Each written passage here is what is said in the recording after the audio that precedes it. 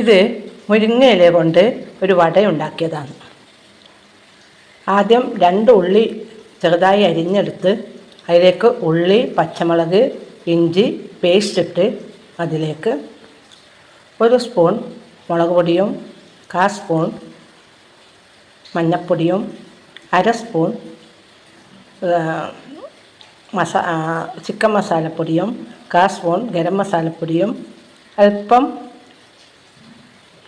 Pepper പൊടിയും ഇട്ട് കുഴച്ച് അതിലേക്ക് ഒരു ചെറിയ കപ്പ് മൈദയും 2 സ്പൂൺ അരിപ്പൊടിയും 1 സ്പൂൺ കോൺഫ്ലവറും ഇട്ട് കുഴച്ചെടുത്ത് അതിലേക്ക് അല്പം വെള്ളമൊഴിച്ച്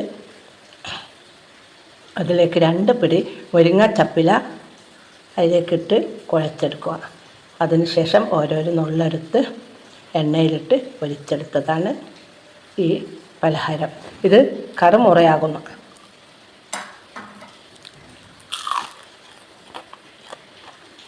എല്ലാവർക്കും ഇഷ്ടപ്പെട്ടെങ്കിൽ ലൈക്ക് അടിക്കുക, സബ്സ്ക്രൈബ് ചെയ്യുക.